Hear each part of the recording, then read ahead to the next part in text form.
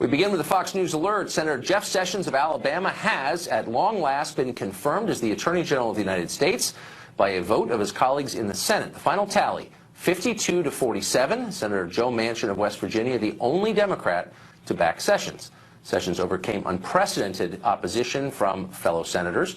Senator Cory Booker of New Jersey, for example, directly testified against him, something that does not happen very often, while Senator Elizabeth Warren of Massachusetts was shut down by Majority Leader Mitch McConnell when she suggested that Sessions was a racist. Much more on the Sessions confirmation and the reaction from Hugh Hewitt. That's all coming up. But first, comparing the Trump administration to the Third Reich is apparently so 2 weeks ago. This week, in a new twist, USA Today published an editorial claiming there are alarming similarities between senior White House advisor Steve Bannon and ISIS leader Abu Bakr al-Baghdadi.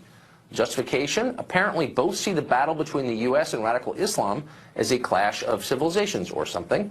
We're joined now by David Mastio. He's deputy editorial page editor at USA Today. David, thanks a lot for coming on. Thanks for having me. So I don't think we're overstating. The lead of this piece is basically the claim that Steve Bannon and al-Baghdadi of ISIS share a similar worldview. In fact, that's a verbatim quote. So I want to play a quick game with you. It's called Who Did It? I want to put up on the screen the record of Steve Bannon and al-Baghdadi. Okay, so I'm just going to go quickly through and we're going to see who did what. Number one, beheaded journalists. Okay, Baghdadi. Used chemical weapons on the Kurds, also Baghdadi. Employs child soldiers, another for Baghdadi. Mass executions of Christians. Declared a caliphate. You're getting the point here. And by the way, I don't think Bannon has murdered a single Yazidi. So I get that you don't like Steve Bannon. Totally legitimate. Problems with Steve Bannon, I understand. But comparing him to the head of ISIS, over the top, no? No. The problem with Steve Bannon is that he shares a dangerous idea that plays right into the hands of al-Baghdadi. Al-Baghdadi wants the war in the Middle East to be between all of Islam and all of the West. We're at war with a psychotic death cult, a fringe of the Islamic world. And Bannon agrees with Baghdadi that it is war between Islam and the West. We don't need to give Baghdadi that propaganda victory. And when the strategic advisor, the strategic leader of the White House bumbles into giving a strategic victory to our enemies, that's a really big deal.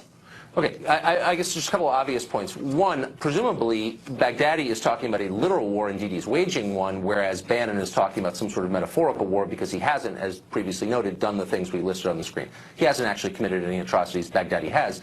Therefore, well, neither has Barack Obama, neither has Donald Trump, but all three of them are leaders of the United States in our war with this fringe death cult of al-Baghdadi. Right, no, just because they don't pull the trigger doesn't mean that they're not responsible for the war. Well, I mean, Bannon's been there in a matter of weeks. I mean, you're not accusing him of atrocities, are you? No, certainly. Oh, okay. So I want to take your accusation seriously, but I just first want to establish that saying that he shares a similar worldview with the head of ISIS is really disproportionate in scale, and it's overstatement, and it diminishes, I think, your point. That's my view. You disagree. But let's get to what you said here. You're going after him in part for using this phrase in a radio interview. He said, Bannon said, quote, Islam is not a religion of peace, but of submission. Now, I think you'd agree as a journalist that truth is a defense, and as it turns out, the word Islam comes from the Arabic root for the term that means submission. And so why is it out of bounds to say that? It's not out of bounds to say that. And of course, in the piece, we talked about many of his quotes. And of course, that was the first one that you listed. We had our investigators listen to hundreds of hours of his comments on his radio show, and the overarching idea that that the West is at war with all of Islam, that it's not just a fringe death cult of murderers and crazies that we're after, is at the center of his ideas. Okay, and it's disruptive. You're skirting a direct question, though, and that is, you listed this after the many hours your investigators, as you just said, listened to his tapes. You came up with him saying, Islam is a religion of submission. And I would just remind you that according to Islamic scholars, including those in this country, that's literally true. So why would you include that in the piece? Why is it offensive to say something that's literally true? What's wrong with that? If that were all that he said, that would just be a statement of fact. But you're included it in a 400-word piece, so like why put that in there? You're completely dodging the central argument, and you're not answering the argument. How is the We've got time. I'm just asking you to respond to something that you wrote and explain it. How is the West at war with all of Islam? How does that advance our goals in fighting the Islamic State and Al-Qaeda and the other horrible terrorist groups that are all across the Middle East? Well, if you're asking me that question directly, I would say that demonstrably the West is not at war with all of Islam, or even with a large percentage of Islam. But I guess what objected to, hold on, but here's the problem with your piece and with so much of our dialogue on this subject, is that it treats actual truths as verboten. There's something naughty about saying something that's literally true. And what's literally true is, as Bannon, and far be it from me to defend Bannon, I'm just telling you this is what he said, and you noted it, he described what Islam literally means. We should be allowed to say that without saying, oh, that's wrong somehow. Moreover, the truth is that ISIS is fighting what it believes is a religious war against the United States and Israel and other primarily Jewish or Christian countries. They see it in religious terms. And why is it wrong to say that out loud? Because, once again, it's true. If we had picked that one phrase and wrote an editorial about how that one phrase was horrifying... Well, you included it. You still haven't explained why, but why did you include that? In the context of the editorial, it's all explained, you know. Well, right, you're on TV now. Tell me why that's okay. Whatever. You're obviously not going to answer the question. You're not going to answer the question. But you're making the point that it's somehow wrong. You're still dodging the central point. In fact, you've agreed with the exact reason that we have criticized Donald Trump's advisor. Now, the question for saying that Islam is a religion of peace, for saying that there's a religious component to it, that is true. And if you can find a quote where Steve Bannon or anyone else in the administration says we're at war with all Muslims, I will say on TV that's insane and it's untrue. I would never defend that. That's just not accurate. But I don't see, you didn't produce any quote like that. Instead, you produced quotes like the one that I've repeated 3 times and you haven't accounted for. So just to the point, you seem uncomfortable with acknowledging what ISIS has no problem acknowledging, which is they're motivated by religious fervor. It's Islamic religious fervor. They don't speak for all Muslims, far from it, but they're still acting out of what they see are legitimate Islamic beliefs. I absolutely agree with you that they believe that they are an Islamic group, but the West is not at war with all of Islam, and Has Bannon said, has anybody in the administration said the West is at war with all of Islam? I mean, that's a nutty statement. And again, I would never defend that. That's insane. Has anybody said that? Cite the time and place, and I'll denounce it. But you can't because they haven't, as you know. So come on, let's just be adults here for a second. They didn't say that. You're creating a straw man. Let me ask you this. Do you think that ISIS is waging what it believes is a religious war? And if you don't, then why are they targeting and murdering Christians? Why did they eliminate all 60,000 of them in Mosul? We didn't write anything saying that ISIS does not believe that they're fighting a religious war. Okay, so what is wrong with saying that they're acting out of what appear to be religious motives? How does that hand them a propaganda coup? Why is Steve Bannon or anybody in Washington? That's not what he is saying. Okay, well, tell me what I mean, just give me an example of what you think is wrong that he said. It's not in your piece, but perhaps you have a reserve from all the research your researchers have been doing. I want to know. If you've got someone at the sitting in an NSC meetings who think we're at war with Indonesia, then that's like a massive problem for all of us. So reveal the information that you've gathered and convince me that he's the same as Baghdadi. Do you have it? Tucker, this is a cheap shot. I mean, I can't sit here. It's not a cheap shot. You just wrote a piece that compared the guy to al-Baghdadi, and I'm saying back it up. I'm one editor on an editorial board. I didn't write this piece. You just made that up. Oh, okay, you didn't write the piece. I'm sorry. I assumed you were coming to speak on behalf of the editorials. If you're on the editorial board, if you want to defend the editorial, that's fine. I am here to speak on behalf of the editorial board. And in fact, we told the White House and we told Steve Bannon that we were writing this piece. We sent them emails and asked them to write an opposing view. They chose not to. Okay, I mean, whatever. Maybe, I don't know. Maybe they should have. I don't know. I don't run USA Today. So let me just ask a couple other questions. I'm just interested in them. So the idea is that it's crazy to be worried, and I think you basically say that his dubious theories about clashing global religions, his, quote, overwrought fears. Now, he may have overwrought fears. I don't really know him. Maybe he does. But a lot of Americans are kind of worried about the expressions of Islam they see on the news every night. And they're thinking, if a lot of people like that come here, it's bad for America. You think those are overwrought fears? Why would people have those fears, do you think? Well, I can certainly understand why people think that there's an extreme fringe of Islam that we need to fight. That's something that Republicans and Democrats have agreed for a long time. But in order to thrive, al-Baghdadi and the Islamic State need to convince a broad population in the Middle East that the West is after them. And we don't need to give them that propaganda victory.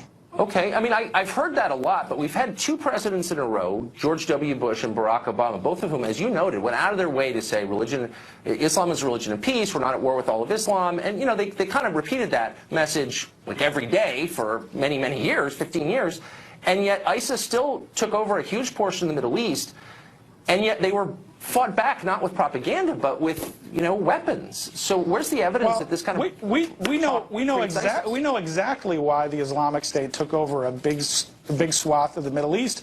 Any listener to Fox News knows why, because President Obama withdrew our troops prematurely from Iraq, and the remains of al-Qaeda in Iraq became the Islamic State.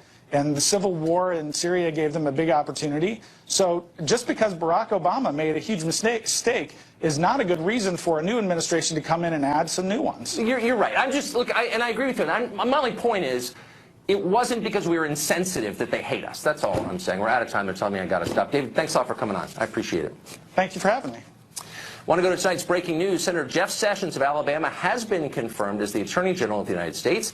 This despite substantial opposition from many senators and grandstanding from Senator Elizabeth Warren. For more details on what exactly happened, we're joined now by Fox News correspondent Trace Gallagher. Trace? And Tucker, as expected, Sessions was mostly confirmed along party lines, but those party lines appear to be drawn deep in the sand, with friction in the upper chamber growing by the hour. During the confirmation process, Massachusetts Democratic Senator Elizabeth Warren attempted to read a 1986 statement by Coretta Scott King, the late widow of Martin Luther King Jr. The letter opposed Sessions' then nomination as a federal district judge, accusing him of intimidating elderly black voters. Here's what happened. Watch.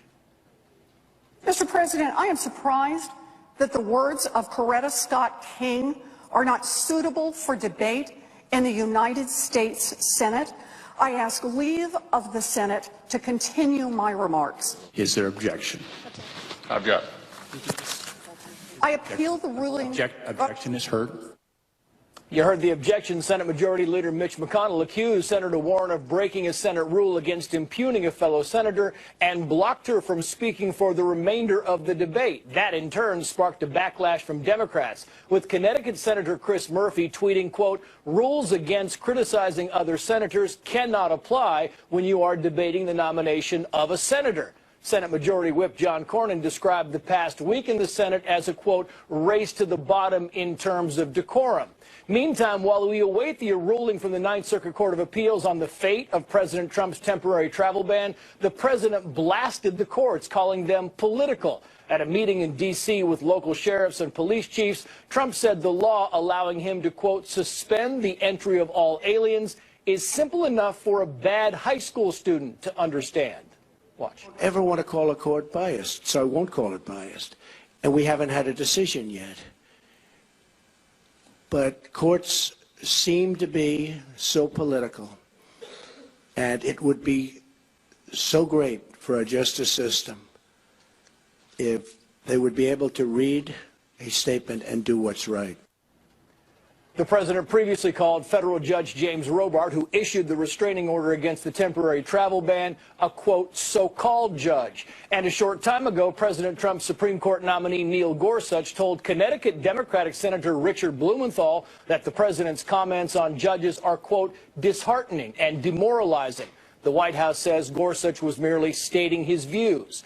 And President Trump stated his views when Nordstrom dropped his daughter's label, tweeting, quote, my daughter Ivanka has been treated so unfairly by Nordstrom. She is a great person, always pushing me to do the right thing. Terrible. Critics say by blasting Nordstrom, the president is further blurring the line between his administration and his family business. Here's the White House response. For someone to take out their concern with his policies on a family member of his is not acceptable, and the president has every right as a father to stand up for them. Nordstrom says this was strictly a business decision, but the company, we should note, has issued a statement supporting immigrants in the wake of the temporary travel ban. Tucker. Thanks a lot, Trace. Up next, Senator Elizabeth Warren of Massachusetts made herself the champion of the Democrats' opposition to Jeff Sessions. We'll talk to radio show host Hugh Hewitt about what this means for Senator Warren's future. Also, Republicans fought hard to block President Obama's agenda, and now Democrats are determined to take obstructionism to the next level against this president. We'll talk to a House member, a Democrat, who says his party's actually been pretty accommodating despite appearances. That's coming up.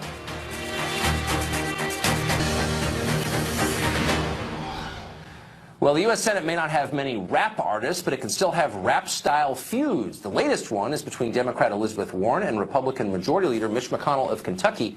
Earlier this hour, you saw the spat between the two, and McConnell silenced Warren on the Senate floor after she tried to suggest that Jeff Sessions is a racist. Well, the press immediately attempted to turn Warren into a martyr over her silencing. So is McConnell's move a smart one or a dumb one? Hugh Hewitt is a longtime and wise observer of all this. He's the host of the Hugh Hewitt Show, a nationally syndicated radio program. He's also the author of a new book called The Fourth Way, the conservative playbook for a lasting GOP majority, and he joins us now. Hugh, thanks a lot for coming on. Tucker, thanks for having me. So this was, I mean, no one disputes this was within and consistent with Senate rules. But needless to say, the reaction was, you know, Mitch McConnell's a sexist. He can't handle strong women. Was this a wise play politically long term? It's a brilliant move by the leader for a couple of reasons. One, he is trying to restore a chamber that Harry Reid destroyed, Tucker. Harry Reid left almost every Senate tradition in tatters. All of the pillars are down, and they're at each other's throats. And Mitch McConnell, if you read his memoir, The Law, he really is a traditionalist. He would like to restore the decorum and the process of the Senate. But in my view, as a Republican, as a partisan, making Elizabeth Warren the face of the Democratic Party is a brilliant stroke. I mean, if they can tag team her with Bernie Sanders, and you can have a liberal law professor from Massachusetts and a socialist from Vermont tag team the leadership of the Democratic Party, I am very happy. The last time a left-wing law professor led the Democratic Party, at the end of his 8 years, they were down 12 net seats in the Senate, 50-plus seats in the House, 14 governorships, and 900 state legislators. So I'm all for left-wing law professors becoming the face of the Democratic Party. Really? I mean, I don't know. I mean, I see your point. I think it's a smart point. But I also think, in fact, I'd bet money that if Elizabeth Warren had received the Democratic nomination, she'd be the president right now. Because she is in line with what Democratic voters think. She has a worldview. She can articulate it. I don't agree with it. But she's not just an identity politics person. She's got a consistent left-wing economic view that has a lot of support in the country. She is also a very good law professor. I want to give her credit where credit is due. Tom Cotton had her in class and said she's a fine law professor. But honestly, Tucker, I don't think Hillary Clinton was that bad of a candidate that Elizabeth Warren would have been so much better she would have won. America is a center-right country, as noted by those other elections I pointed out, the loss of the Senate, the loss of the House, the loss of the governorships, the 900 state legislators. Elizabeth Warren is hard left. Dodd-Frank is not working. She stands for an economics that has got absolutely very little constituency outside of the echo chamber of the Democratic Party. So I do believe it is great for Mitch McConnell to throw rules at a law professor and say, live by the rules of the Senate. So I also in this debate, and I'm sure you followed the debate such as it was, over Senator Sessions, his confirmation, you heard people say just about everything about him. Cedric Richmond, who's a Democratic congressman from Louisiana, compared him to Bull Connor, which even 10 years ago would have been a pretty heavy thing to say. I wonder now if anyone even noticed. I mean, if everyone is Bull Connor, is anyone Bull Connor? Does this kind of rhetoric even have an effect anymore, do you think? That's the key question, Tucker. It's very dispiriting. I've worked for two Attorney Generals, Attorney General Bill Smith, Attorney General Ed Meese. They're both fine men. Jeff Sessions is arguably the best prepared man to be Attorney General in the last 50 years. Deputy Assistant U.S. Attorney, United States Attorney, State Attorney General, 4 times the United States Senator on the Senate Judiciary Committee. Everybody in the Democratic caucus knows better than what they said. They will tell you that off the record. And it is disgraceful what they said about Sessions. He'll be a great AG. And I just do think all standards have gone, and I blame Harry Reid, who, by the way, also enabled Jeff Sessions to get confirmed by using the Reid rule to destroy the filibuster. But it's Harry Reid's legacy. It's a mess. It's a completely uncivil place that I don't know that Mitch McConnell can repair even if he wants to. And I'm not sure we want to repair it until after Gorsuch is confirmed. It's a pretty uncivil country, though, all of a sudden. So you just wrote a book on the fourth way. What's the fourth way? Fourth way is the succession to FDR's first way, big government, Ronald Reagan's attempt to roll it back, Tony Blair and Bill Clinton's third way to rebrand it. The fourth way is merging what Donald Trump wants to do, infrastructure, which I think he should get, a 350-ship Navy, which I think he should get, the wall, which he should get, regulatory reform, and Reagan republicanism, Paul Ryan republicanism. We need entitlement reform. So the fourth way is a merger of the two brands of republicanism out there right now. President Trump won. He should get what he wants. And Paul Ryan is actually the soul of our ideology and, you know, big reforms on the entitlement side. And that's the way to do it. Merge them. Boy, if those groups can live together, that would be formidable. Hugh Hewitt, thanks a lot for this. Tucker Carlson, always a pleasure. Send your last guest, would you, a copy of The Looming Tower? He needs to read a little bit. I may. Thank you, Hugh. Okay, the nominees from the Trump administration are being confirmed at the slowest pace ever. Democrats are already talking impeachment. We'll talk to one Democratic congressman who says his party's behavior hasn't been that bad, actually. That's next. So Democrats in Congress are opposed to Donald Trump's presidency in every conceivable way. Cabinet nominees are confirmed at their slowest pace since George Washington's first term. Some Democrats already talking about impeachment. A new political poll says most Democrats support obstruction. Does that mean this will continue, the gridlock? Democratic Congressman Jim Hines of Connecticut says despite this obstructionism, Democrats had been more accommodating than Republicans were under the previous president. He joins us now from Baltimore. Congressman, thanks for joining us. So it does seem... Tucker. And I think that the Republicans did oppose President Obama pretty much from the beginning, but they didn't call for his impeachment 2 weeks in. I mean, this does seem like a new standard of unreasonableness. Yeah, but Tucker, the Democrats are not calling for the president's impeachment just because a couple or one or two or three may have. They're not calling for his impeachment. Most of us recognize that if he commits a high crime or a misdemeanor, and oh, by the way, the political realities of this are such that until, and this will happen, but until a majority of the Republicans in the House see him as a political liability, it ain't happening. Yeah, no, I mean, that's true, but still, it says something. So, I mean, just for example, you had these votes, and you had the Senate Minority Leader, Chuck Schumer, voted against Elaine Chao at transportation, who was, of course, married to Mitch McConnell, Senate Majority Leader. Like, what principle was he upholding by voting against Elaine Chao? Did he really think she was like an extremist or racist or something? Like, what was that?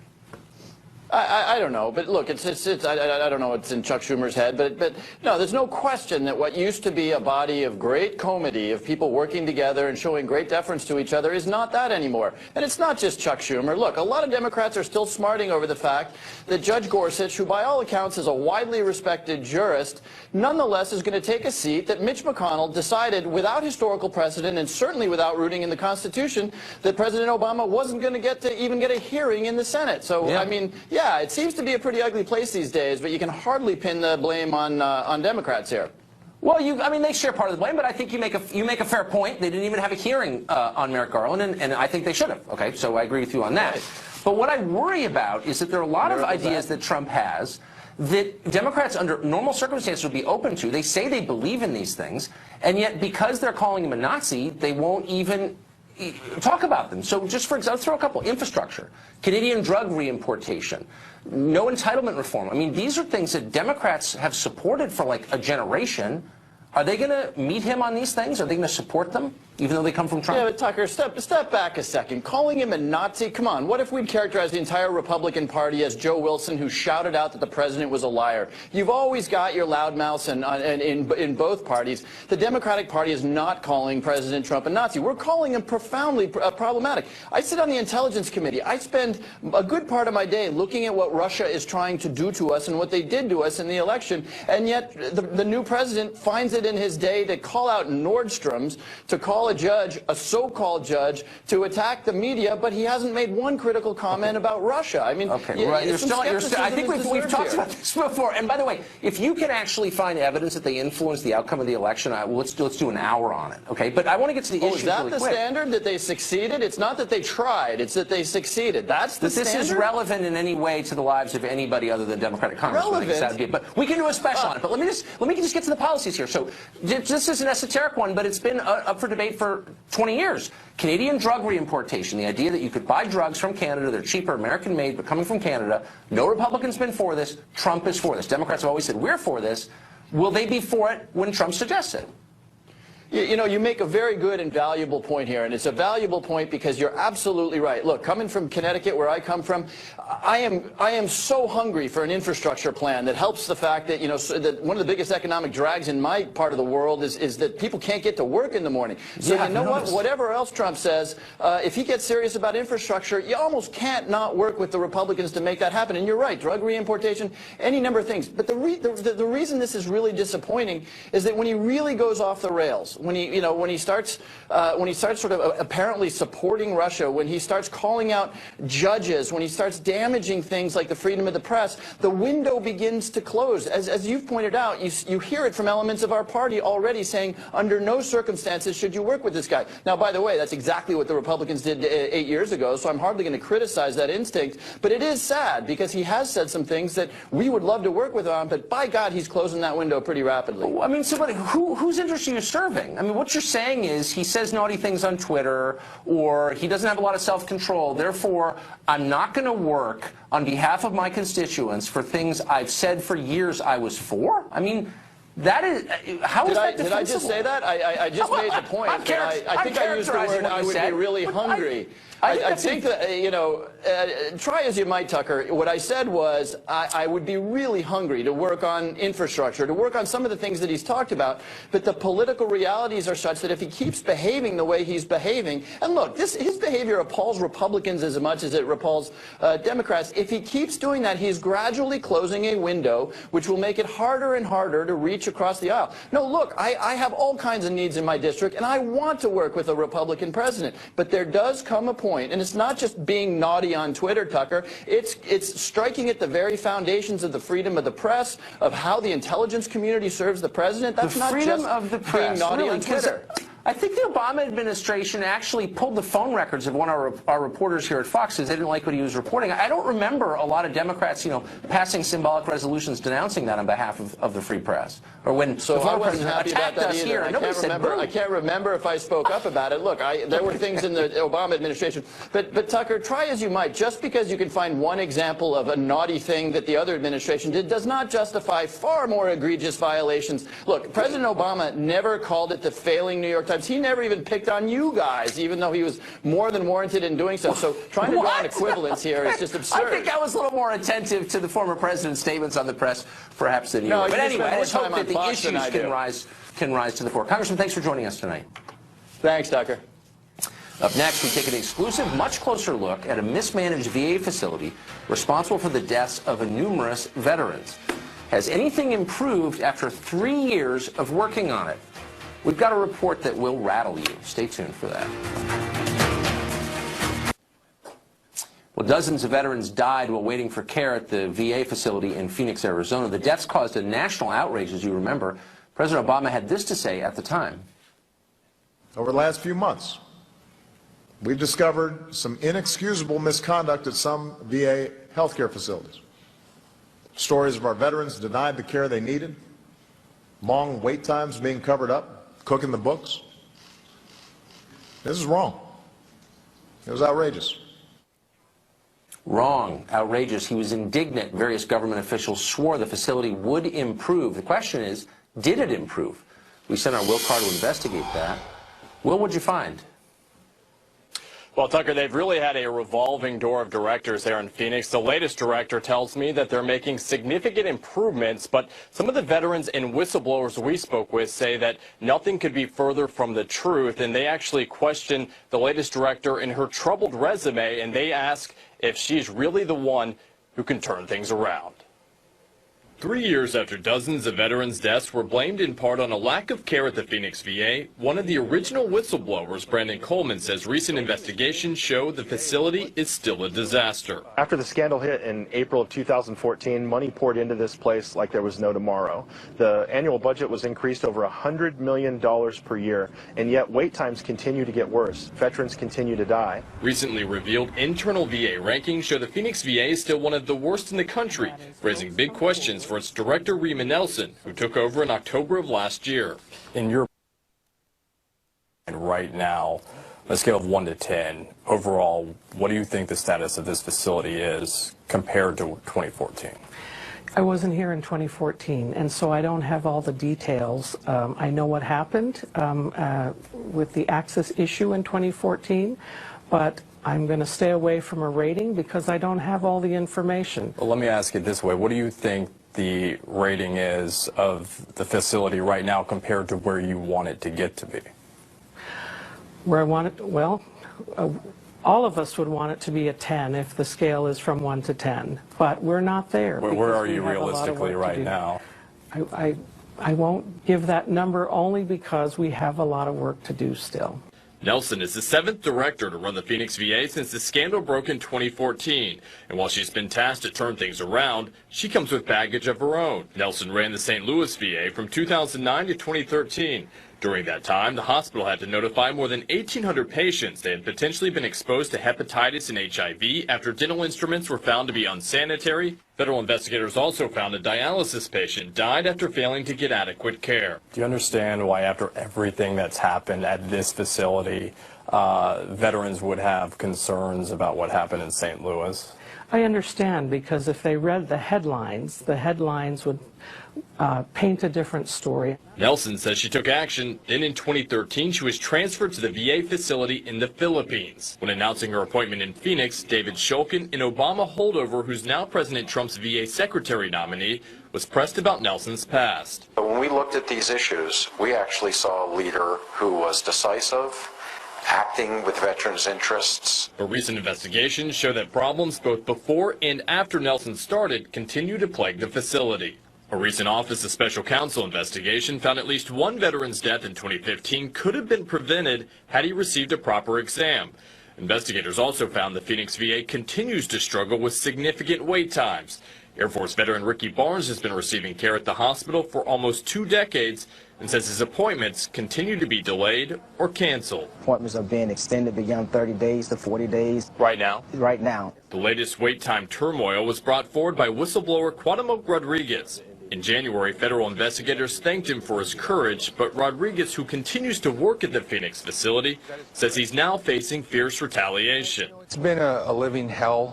I get excluded from everything. My duties have been stripped from me since day one, since they knew I was a whistleblower. He says that he's been curtailed in the programs that he's working with. I can't give you a specific response because I don't know of any specific action that would I don't know, specific response that would address that directly. But if you found out there was retaliation, we would do something about it. But Rodriguez says he has email proof that Nelson is aware of the retaliation claims, yet nothing has changed. And now he and nearly half a dozen veterans we spoke with say the only hope for the men and women who served our country and now depend on the Phoenix VA lies in the new administration. We need a bulldog in there somewhere. Dr. David Shulkin set to be confirmed as VA Secretary later this week. He says his top priorities are to cut through red tape and increase trust in the VA, and he obviously has a long way to go. Tucker, I spoke with Senator John McCain, who actually passed the CHOICE Act back in 2014 for this. Senator McCain told me today it is a national shame that these problems are still going on. Tucker. It's a tough place to run. Will, thanks a lot for that.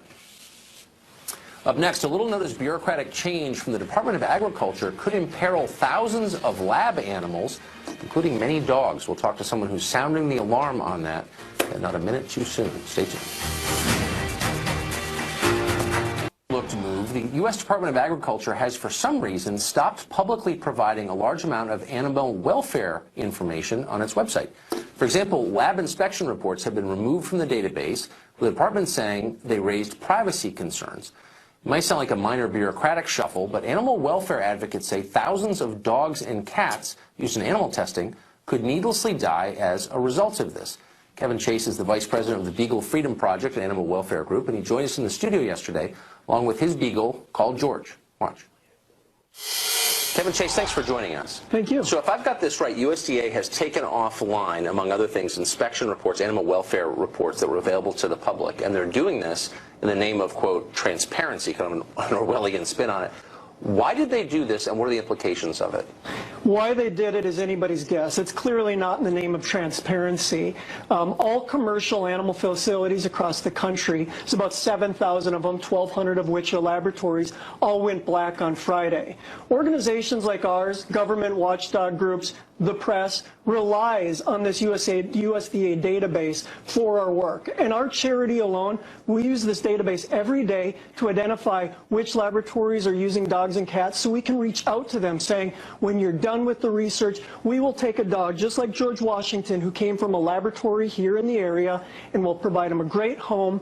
But we have to be able to know who has these dogs. And without this database, it's complete silence. And so what happens, I hate even to ask this question because it's so upsetting, but what happens to the dogs if no one takes the dogs? They're summarily killed. That is the standard operating procedure in a lot of places. And so if they don't get an invitation from a rescue charity like Beagle Freedom Project, then sadly many of these dogs do die. So just to be clear, and I'm very pro animals, yeah. Some of the animal rights groups are lunatic and resort to violence. Mm-hmm. And so you're not one of those. I mean, you're not planning to go attack a testing facility or firebomb anything. Beagle Freedom Project has existed for 5 years, and we've worked with laboratories in 36 states and 8 countries.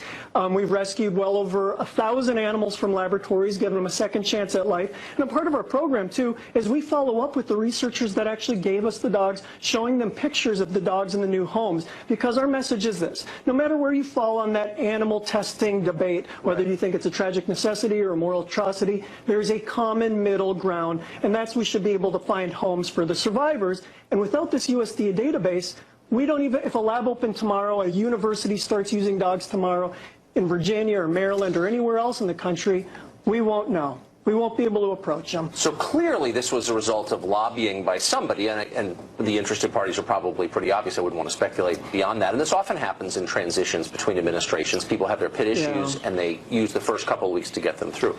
It does seem a little weird, though, as a first move this. Were you notified that this was going to happen? We had no idea that this was going to happen. We use it every day. And so we're really hopeful that this is a transition issue, like you're saying, and that the President Trump ran on a campaign and got into office on a law and order campaign. And without this database, the people breaking the law and being sanctioned for animal cruelty and violations of the Animal Welfare Act are now hidden and unaccountable. And so we're really hoping the President will call somebody at the USDA and put this back online. Well, and that's exactly why I wanted to have you on. The government is so big and so many things happen and things fall through the cracks, and you never know what's really going on. And this is one specific case where we can say, this is obviously not serving the public at all. So to the testing question, I think like a lot of people, I'm on the tragic necessity side. It horrifies me that it happens. On the other hand, if it's between a child and a dog, I mean, reluctantly, you'd probably go with the child. Of course you would.